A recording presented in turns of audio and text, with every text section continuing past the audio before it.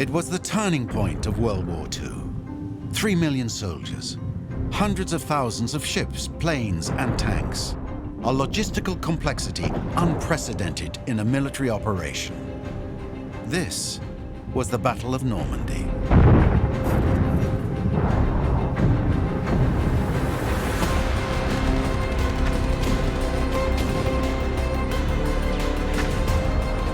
More than 75 years since the end of the war, certain details of this tremendous battle have gone untold. Very few people could tell you what happens in June and July and August and how the Battle for Normandy actually ended.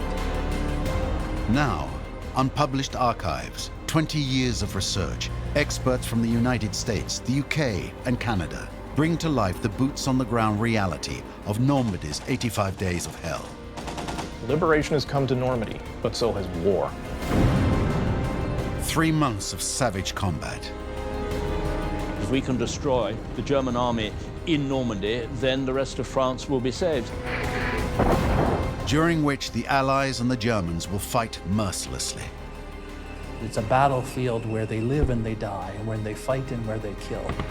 From the average soldier's point of view, this just seems to be a hopeless situation. It was a very dirty battle, the schmutzige Buschkrieg, a dirty bush war. Everyone paid a heck of a price for this. D-Day was just the beginning.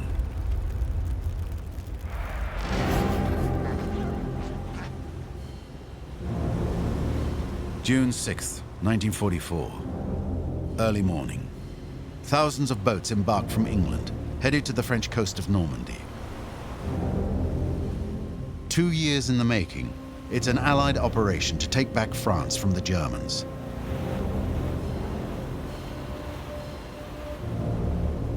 They call it Overlord.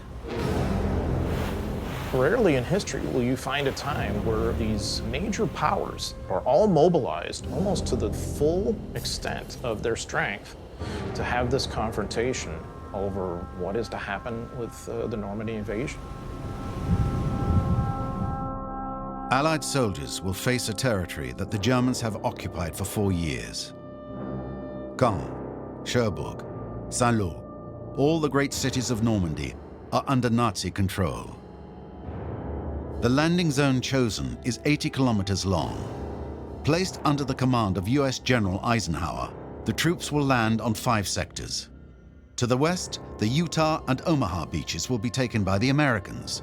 To the east, the Gold, Juno, and Sword beaches by the British and Canadians.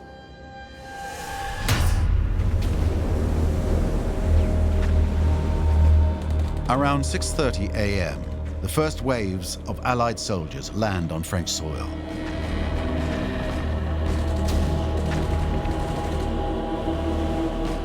The Allies suffer heavy losses from the entrenched German defenses during the first hours of the landing.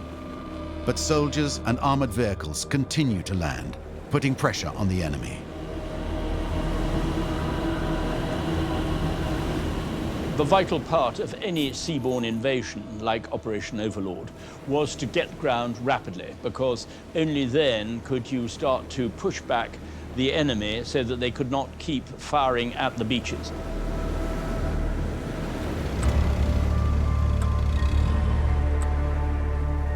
After just 1 day, thousands of Allied soldiers have already been killed.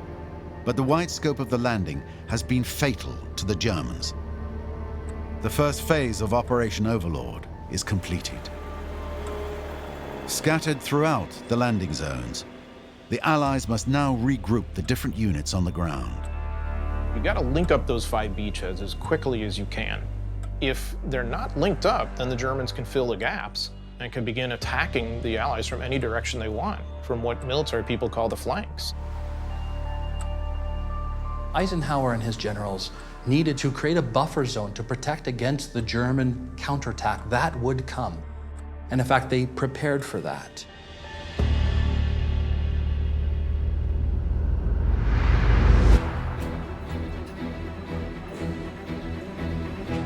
The day before D-Day, more than 12,000 paratroopers embarked from England aboard 432 aircraft. On the night of June 5th and 6th, these thousands of Canadian, British, and American soldiers were dropped near the landing zone. At the same time, hundreds of gliders transporting troops have also crossed the channel in great secrecy. This joint operation has already created confusion within the enemy forces.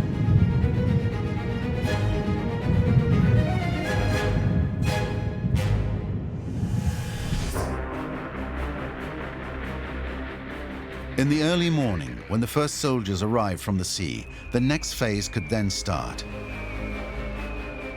A large air operation to prevent German reinforcements reaching the 5 beaches.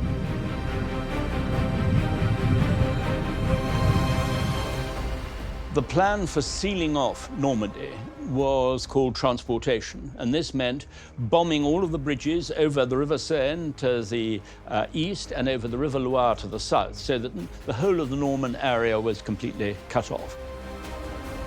But also it meant smashing houses and towns and villages at crucial crossroads and places to prevent the Germans bringing up reinforcements and supplies.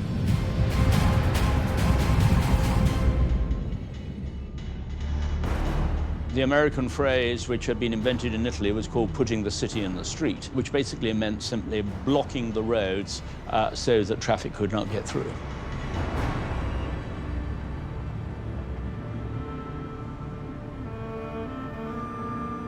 Even before the fighting starts inland, Normandy is partially destroyed. No water, no electricity, no phone lines.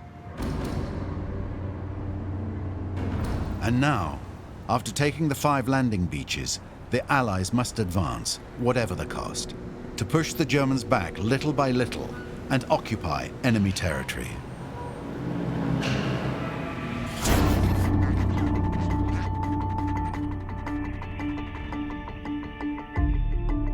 On the east flank of the beachhead, the first objective of General Montgomery, commander of the British and Canadian forces, is to seize the city of Caen, located nearly 20 kilometers from Sword and Juno beaches. On day 2, Montgomery is convinced that he will succeed in rapidly capturing Caen. But facing him is General Erwin Rommel, known for his feats in Africa and nicknamed the Desert Fox. Rommel mobilizes his most powerful armored divisions to meet the British-Canadian forces advancing towards Caen and block Montgomery's Allied offensive.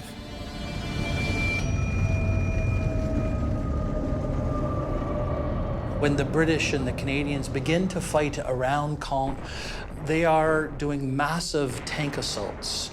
They're trying to steamroll over the Germans. They have more tanks, they have more troops, they have air power. But the Germans were fighting on the defensive.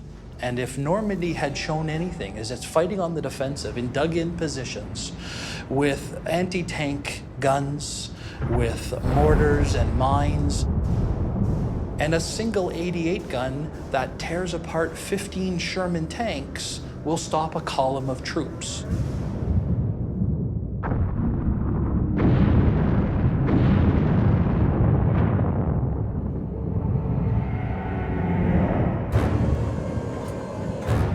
The first days of fighting north of Caen are devastating.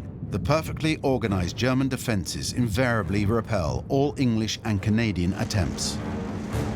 Facing the German Mark IV, Mark V, and Tiger tanks, the American Sherman tanks used by the Allies are just not up to the mark. What we have to remember is every American Sherman tank has to be shipped to the battlefield. So it means you have to produce something that's reasonably light enough to be able to ship and small enough that you can get it on the ship.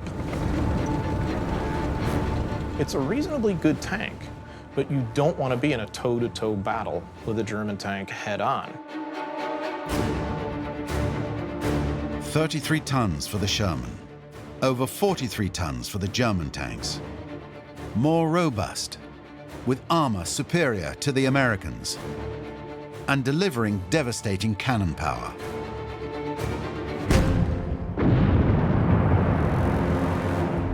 The muzzle velocity of those tanks meant that if it hit you, that shell was going to penetrate your armor, probably, especially along the sides, and either go straight through or, worse, rattle around inside and explode.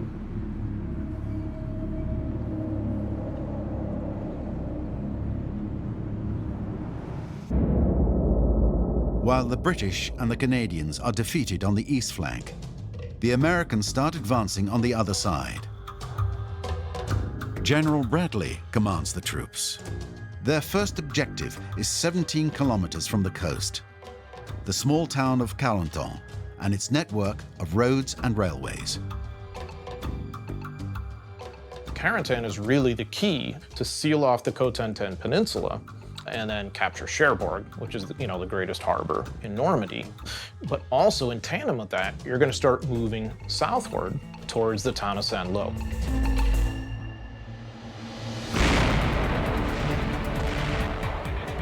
The 101st American Airborne Division surround Carentan on June 9, 1944. The fighting, ruthless and savage, would last 4 days and 4 nights.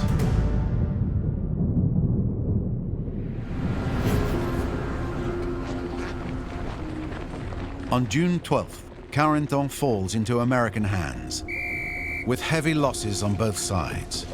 But the Allies have achieved their goal. 6 days after the landings, all the coalition forces are finally linked up. The troops occupy a beachhead 80 kilometers long, reaching at certain points 10 to 30 kilometers deep. While on the west side, the Americans advance towards Cherbourg and Saint-Lo. On the east side, the British and Canadians still clash with the Germans, who maintained their positions around Caen. These repeated defeats put Montgomery in a difficult position with the US command. He's desperate to win a first irrefutable victory on the battlefield.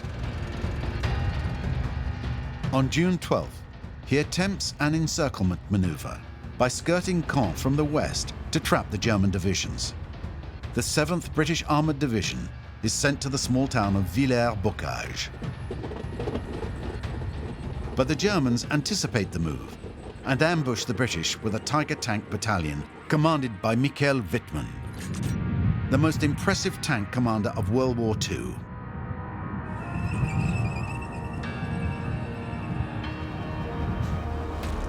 One by one, the British tanks are destroyed.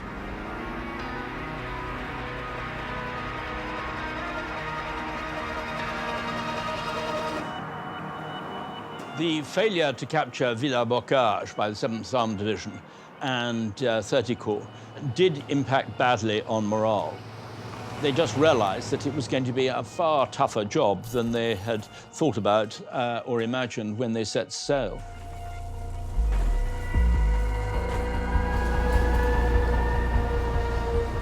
The operation designed by the Allies for 2 years is not going as planned. Even worse, a terrible storm falls on Normandy for 3 days. The 2 artificial harbors installed to unload troops and equipment are badly affected.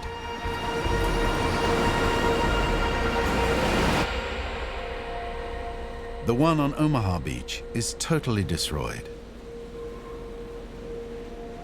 The supply of soldiers is considerably slowed down.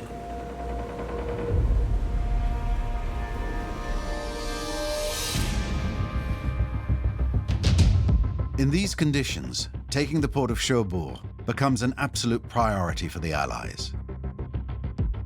After capturing Carentan, the Americans take 10 days to travel 50 kilometers and reach Cherbourg. The 4th, 9th, and 79th US Divisions finally reach the city on June 21st.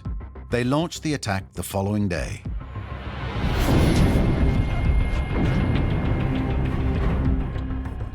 Three US divisions are all just advancing north towards Cherbourg and trying to get into the town as quickly as they can.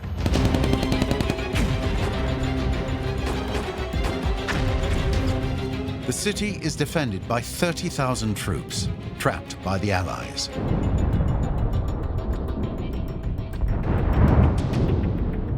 they're doomed because the Allied Navy from the seaward side can pound them, and then the American Army coming from the landward side can kind of just catch them in a vice.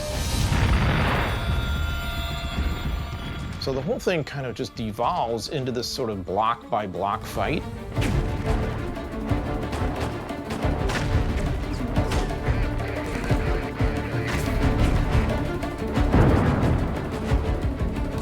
It will take a few days before the American soldiers drive out all pockets of resistance in the city.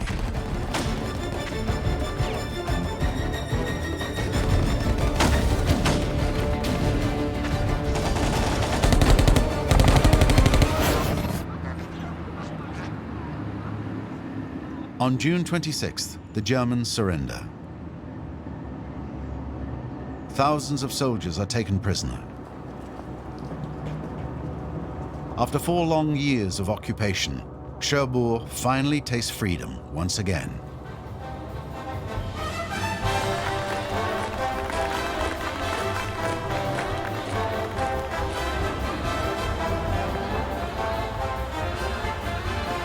Cherbourg is certainly the biggest city at that point that is liberated. There is this larger German surrender, and the Allies then have it. As an average soldier, that still wasn't necessarily your typical day. So those who were there, say at Cherbourg, tended to remember that.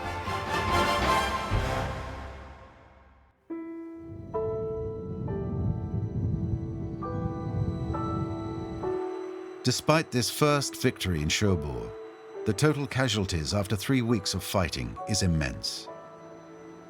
Thousands of soldiers have already been killed or wounded. On the battlefield, the medical teams try to intervene as quickly as possible. Transporting blood, field hospitals. A complex organization is set up to follow the troops as they advance.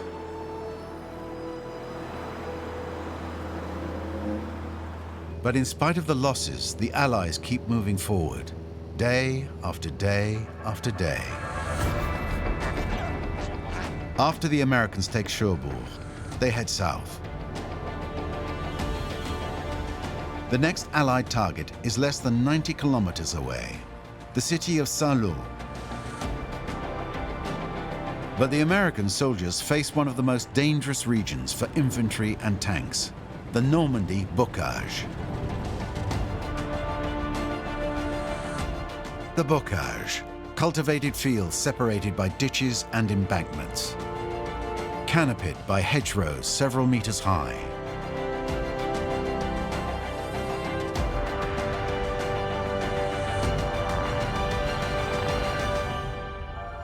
It's basically a maze of these hedgerows, most of which are about 8 feet to 13 feet high. That thick Norman soil, clay-like soil, packed around fences and stone that certainly individual soldiers can't get through. So the hedgerow opening becomes a kill zone. The Germans had 4 years to prepare their defense. Heavy machine guns were positioned in the corners of each field. Mortars target every spot the Allies might cross. And mines hide in their pathways. With a visibility no more than a couple of meters, the Americans advance blindly. You had no idea when you were suddenly going to get brewed up by a German soldier with a Panzerfaust shoulder-fired rocket-propelled grenade, or an 88mm gun maybe a whole mile away.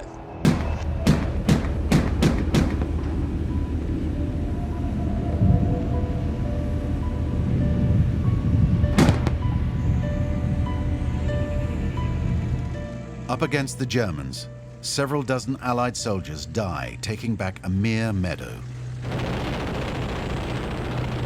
or a single hedge.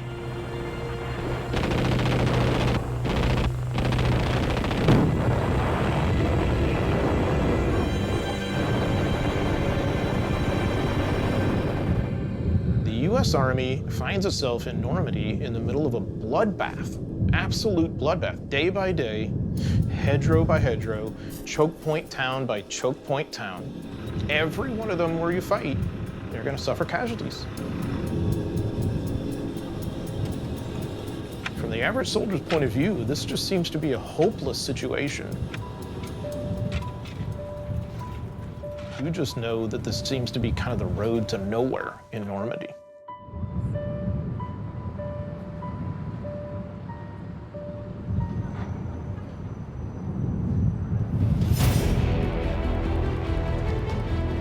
As the Americans try to navigate the Normandy hedgerows, the British and Canadians are still attempting to break the German stronghold around the city of Caen.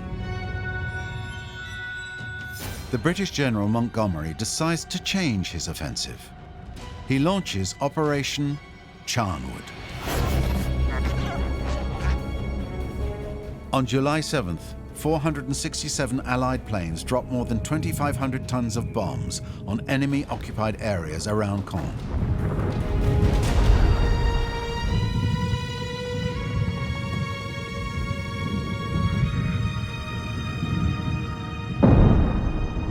After having already been heavily bombed on June 6th, the city of Caen is decimated.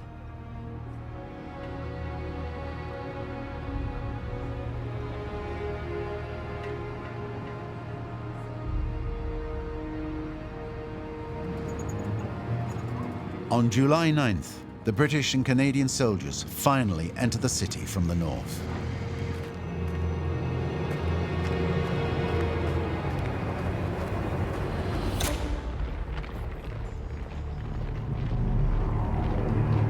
As the Canadians and British fought into Caen through the rubble, they saw French civilians who had survived the bombing but whose family members had been killed. They talked about hearing the screams of the French civilians who were trapped.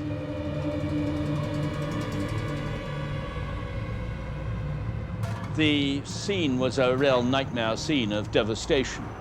Many of the ancient buildings had been smashed to pieces. There was complete clouds of dust in all directions. It was impossible even to find your way through the city because obviously there were no street signs or anything left. In fact, it was hard to tell where the streets were. The destruction had been so great.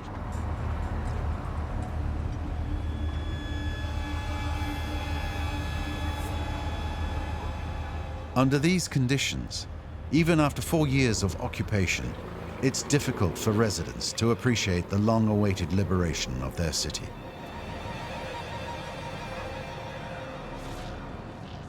I think some of those French civilians understood the cost of battle. They understood the nature of the fighting, but at the same time, they were watching their friends, their family members being killed in this liberation.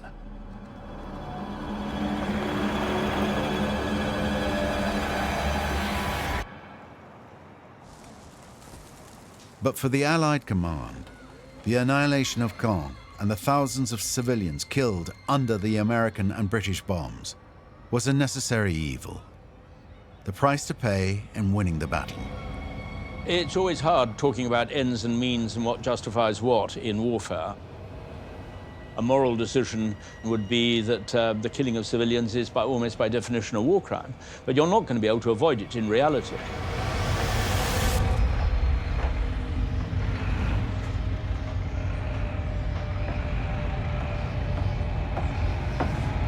The priority was we've got to defeat the Germans because, in a way, we accept that Normandy is going to be really the sacrificial lamb for the whole of France. If we can destroy the German army in Normandy, then the rest of France will be saved.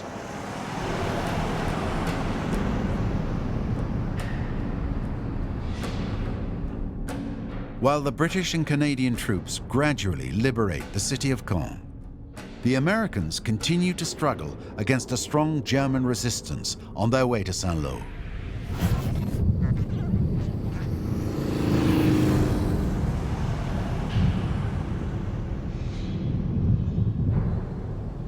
Thousands of soldiers are trapped in the Normandy Bocage.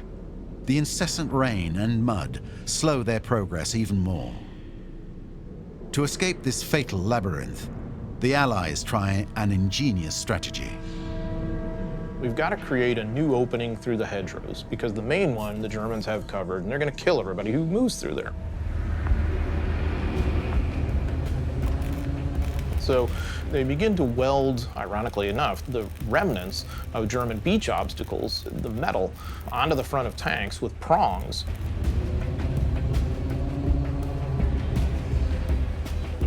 And begin to use the tanks then to punch a new opening through the hedgerow.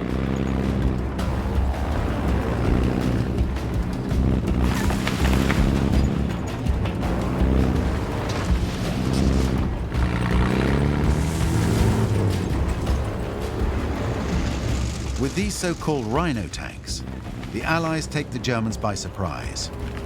But for every hedge crossed, they remain at the mercy of the enemy soldiers. As the Germans have in the ditches beyond the hedgerow a lot of Panzerfaust gunners. It's a one-time, one-shot kind of anti-tank weapon that can blow up your tank. So the infantrymen have to move very close to the tank and basically what the military calls clean out the Germans in the ditches. That basically means kill them, and very close, face to face, quite often. And then the tankers will lay down what's called white phosphorus fire. And white phosphorus is a terrible weapon. It's basically a chemical that will just burn through you as long as it has oxygen. It was a very dirty battle. I mean, the Germans themselves described it as a schmutziger Buschkrieg, a dirty bush war. And General Collins, who'd been fighting in the Far East, said this was worse than the jungle.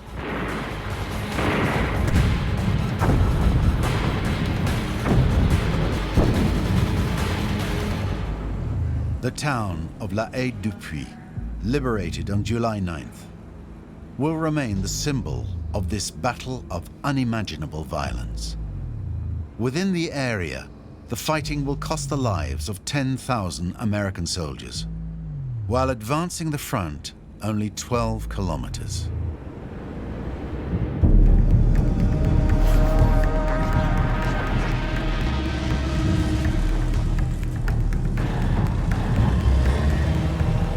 On July 18th, after 3 weeks of relentless fighting since the capturing of Cherbourg, the Allied soldiers finally enter the city of Saint-Lo. But upon arrival, not much remains.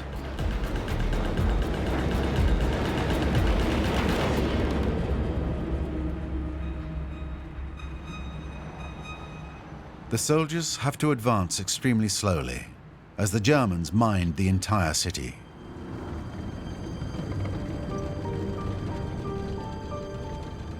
A few civilians emerge from their shelters to search the rubble for objects that might have survived the onslaught of Allied bombs.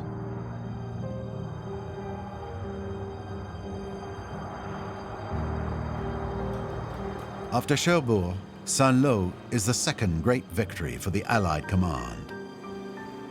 But the state of the city, which is later nicknamed Capital of the Ruins, exemplifies the high price of liberating Normandy.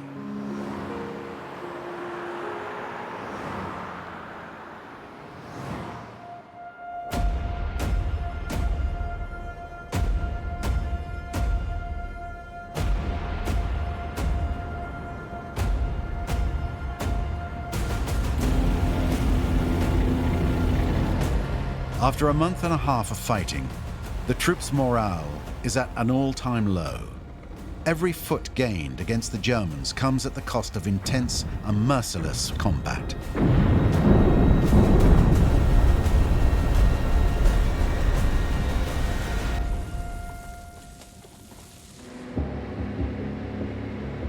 There's the stress of not knowing when the next German shell is going to come in and whether it's going to hit near you or not. They see a very limited battlefield. It's a battlefield where they live and they die, and where they fight and where they kill.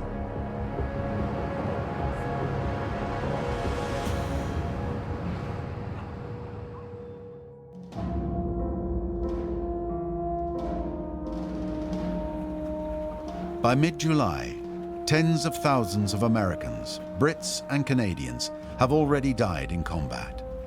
Soldiers still fighting on the ground no longer have illusions about what awaits them.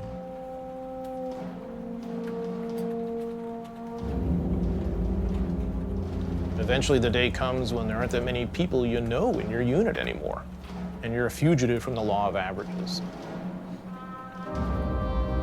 And over time, the mindset changes to, if I'm here long enough, this is going to happen to me.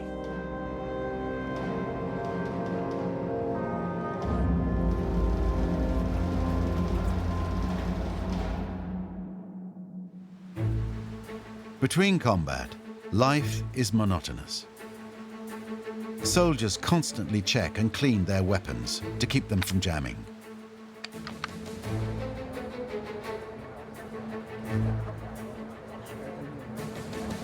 Meals are usually cold. Hygiene is bad. And the wait for orders seems endless.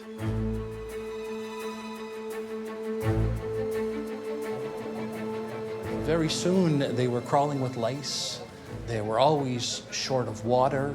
They developed various forms of stomach bugs. In effect, everyone had diarrhea.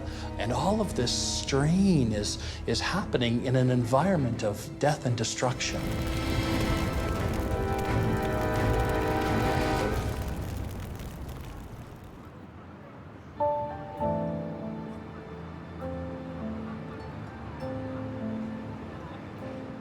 For the soldiers, the warm welcome of the locals reminds them why they came here to risk their lives.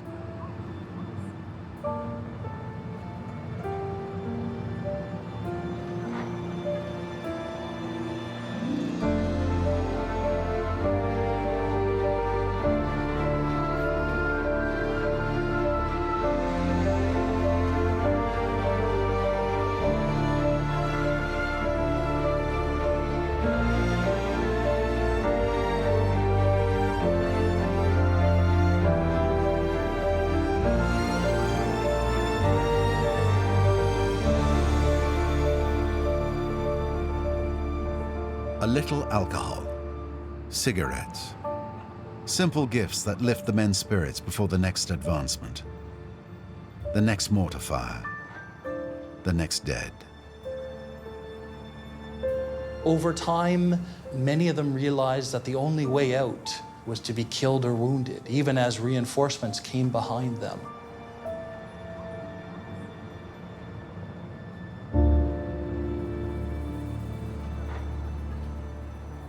Their world became very small. Battle stress became a tremendous problem in the fighting in Normandy. And in July and in August, as the strain continued, between about 20 and 30% of the casualties were combat stress. They had gone weeks and weeks without proper sleep, terrible food, all of these conditions. The strain had been too much and it broke them.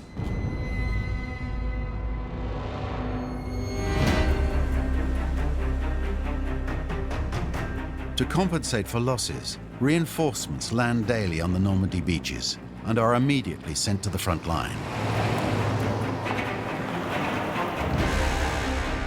After a month and a half of intense fighting, the main cities of Normandy had been taken from the hands of the Germans. But the battle is far from over.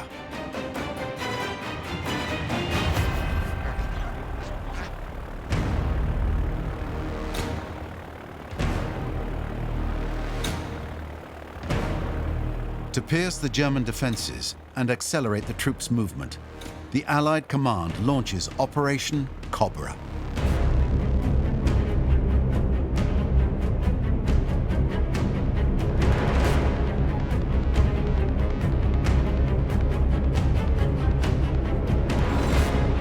Cobra is conceived around the idea of, gosh, we have all these great bombers, all this air power we've been using to pummel German cities. What if we carpet bombed a part of the German lines in these hedgerows to punch a hole and have an opening now for our armor and all of our other troops to get through here very quickly?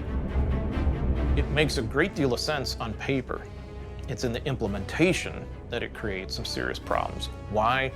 Because the bombers are not that accurate. You're asking them to do something they're not really capable of doing, which is to bomb close within about 1,000 to 2,000 meters of their own ground troops. They're lucky to hit a target within 3 miles or so.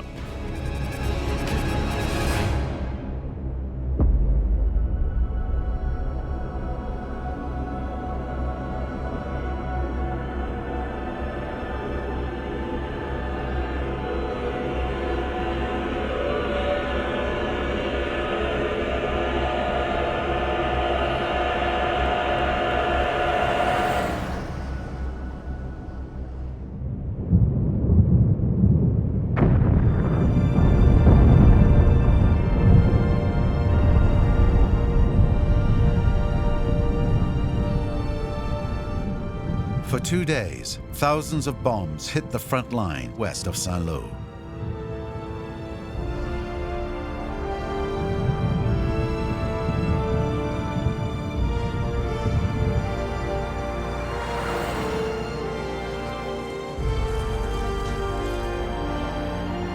Over the course of 2 days, July 24th and 25th, 1944, the heavy bombers come over from England and they bomb in front of the U.S. Assault Division. They bomb short and they kill several hundred Americans.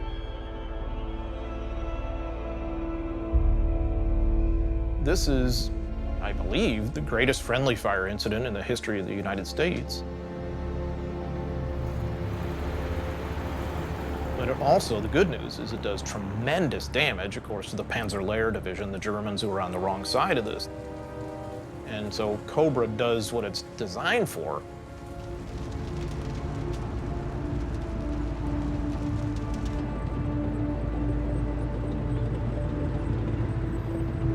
The Panzerlehr division of the German divisions were so badly thrown by the heavy bombing that they were in a completely dazed state when the Americans got to them. Within 2 days, the real breakthrough had been achieved. In just a few days, thousands of Germans are taken prisoner. The Reich forces have suffered one of their heaviest defeats since the beginning of the war. Despite the collateral damage, the military success of Operation Cobra brings the Battle of Normandy into a new phase.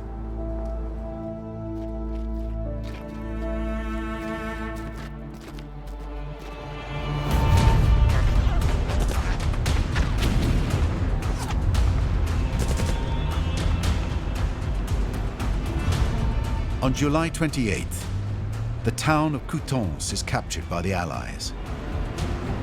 The same day, a new commander arrives, General Patton.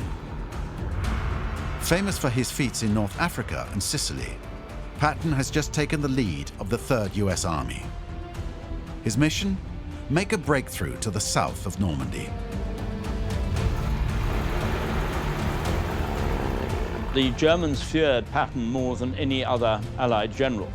Patton's new job, which he was extremely excited about, was the prospect of taking over, having his own army, whence the breakout came from Normandy.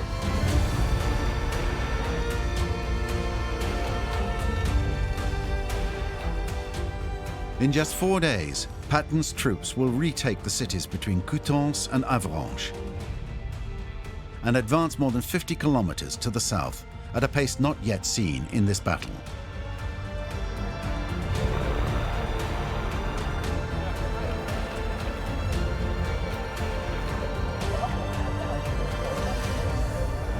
As they progress, thousands of German soldiers are taken captive.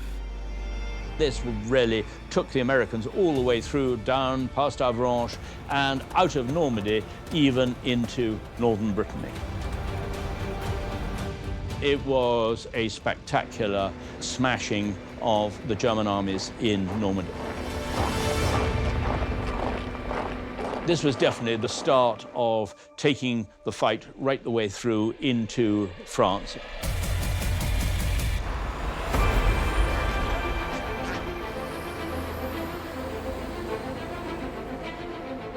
On July 31st, Patton and his troops reclaim the Pont de Beau bridge that crosses the Saloon River. They gain direct access to the west of France and to Brittany.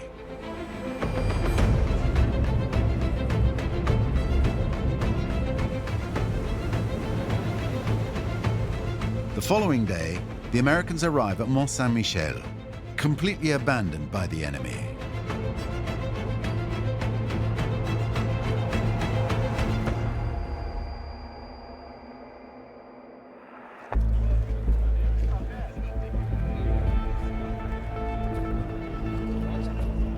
Patton's breakthrough is a serious setback for the German army.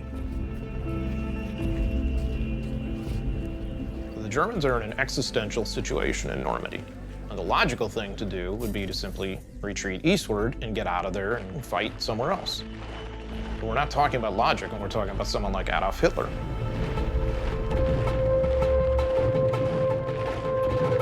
Instead of ordering his troops to retreat, Hitler decides to counterattack.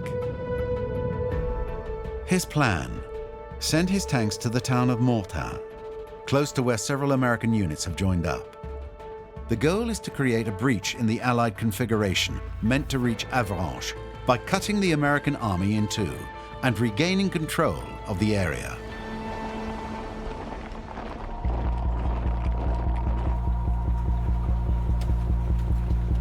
Reluctantly, the German generals on the ground prepare the counteroffensive. They had these firm orders from Hitler, even though most of the commanders of the German panzer units were dubious about this particular operation, but they had no option, but they had to go ahead and attack. On August 7th, 1944, the Germans launch a counterattack in Mortain. Codename Operation Lüttich.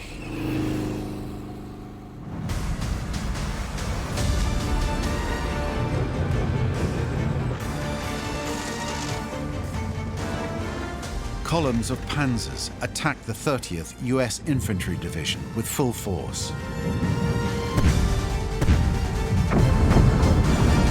The GIs resist the powerful German tanks and manage to slow down the Nazi troops' progress, giving time for reinforcements to arrive. Within a few days, the massive influx of Allied forces pushes back the German counteroffensive. Hitler's Operation Lüttich is a total failure. The Germans suffer at least 50% casualties, particularly along the roads that kind of envelop on either side of Mortain. It's really a disaster for the Germans.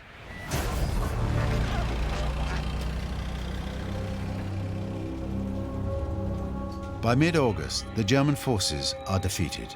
On August 15th, 1944, Hitler throws in the towel and orders his troops to flee Normandy.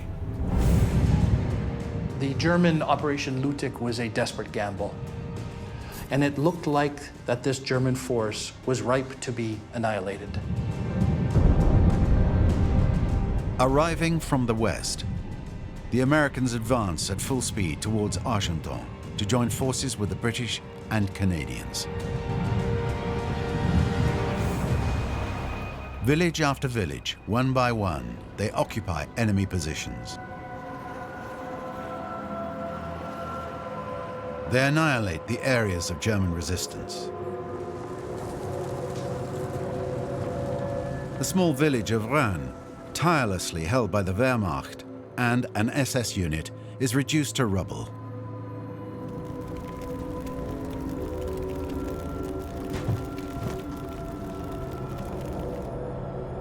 Dozens of civilians are killed.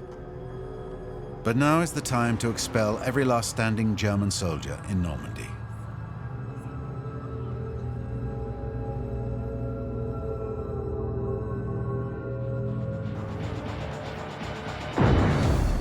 Bradley and Montgomery coordinate the Allied troops' movement. In the west, the Americans advance towards the Seine. In the north, the British and Canadians increase their pressure on Falaise. In the south, the French Armored Division of General Leclerc, along with the Americans, head back up to Argenton. Between the cities of Falaise and Cherbourg, a pocket starts to form, trapping nearly 100,000 German soldiers. If the Allies manage to close the gap on the east side, they will cut off any chance for escape. Bradley boasted to visitors to headquarters, never does a general get an opportunity like we have now to close this gap and basically to seal them off. The Battle of Normandy had been fought over hundreds of square miles, but it seemed to funnel at the Falaise Gap. And this enormous battlefield of hundreds of miles gets focused down to a very small, deadly place.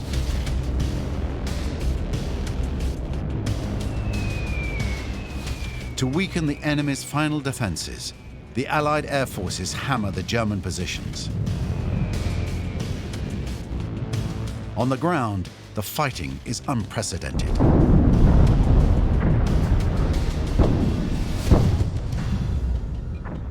The Canadians take Falaise on August 17th, Train the 18th. Little by little, the vice tightens on the Germans, who have a corridor of no more than 7 kilometers wide to flee to the east. It becomes known as Death Row.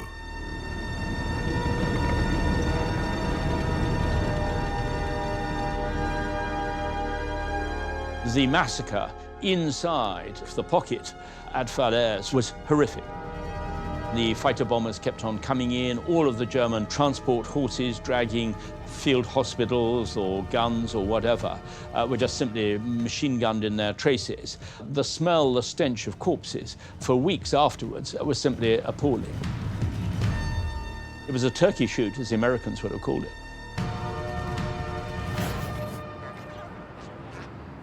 On August 21st, the Falaise pocket is closed once and for all in Cherbourg.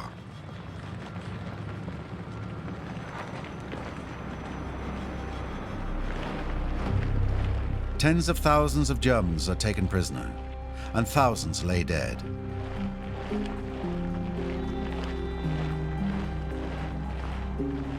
The battle will later be known as the Stalingrad of Normandy. You have thousands of dead bodies, animals and humans, that are in that area. Eisenhower will later walk it famously and say it was possible to walk from one side of a field to another without ever stepping on anything but dead flesh.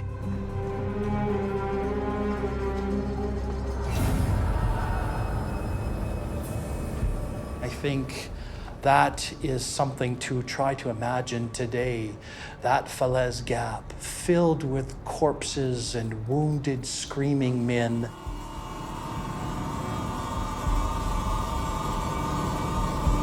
And that was the price of victory.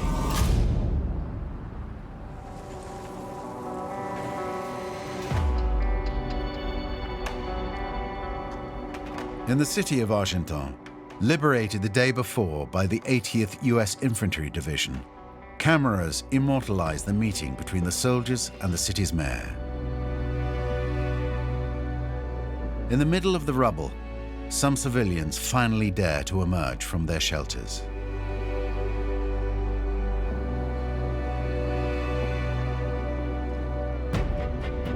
The Falaise-Cherbourg battle will be the last one in these 3 months of fighting in Normandy.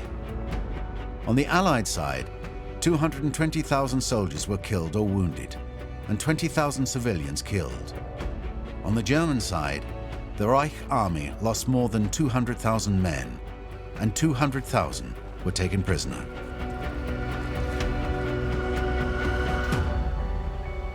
On average, 1.5 battalions were being ground down or destroyed roughly every single week. In many cases, a division would last no longer than, say, 2 weeks. Well, this gives one an idea of how much Normandy contributed, I think, to the overall Allied victory, just purely in the case of the destruction of German formations.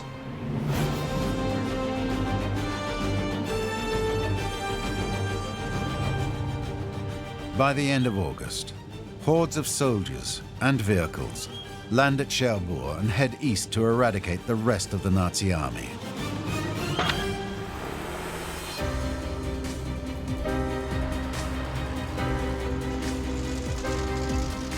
While the final great battles of World War II will take place in Belgium, the Netherlands and Germany, Normandy must start to rebuild. Normandy really becomes the first place in Western Europe in which a lot of the future policies, the new Allied governments, the de Gaulle government, will eventually come to fruition. What about reconstruction?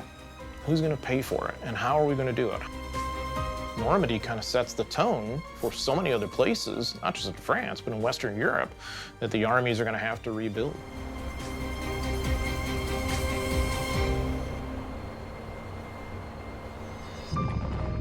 Everybody knows about the landings on the 6th of June. Very few people could tell you what happens in June and July and August and how the battle for Normandy actually ended.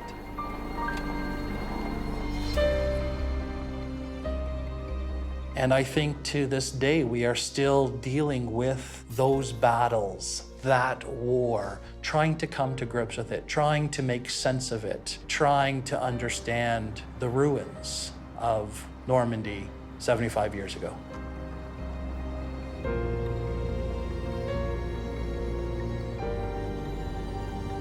As few as 50 cameramen tirelessly shot each day of this historic battle. They left behind hundreds of hours of footage, some of which only surfaced decades later.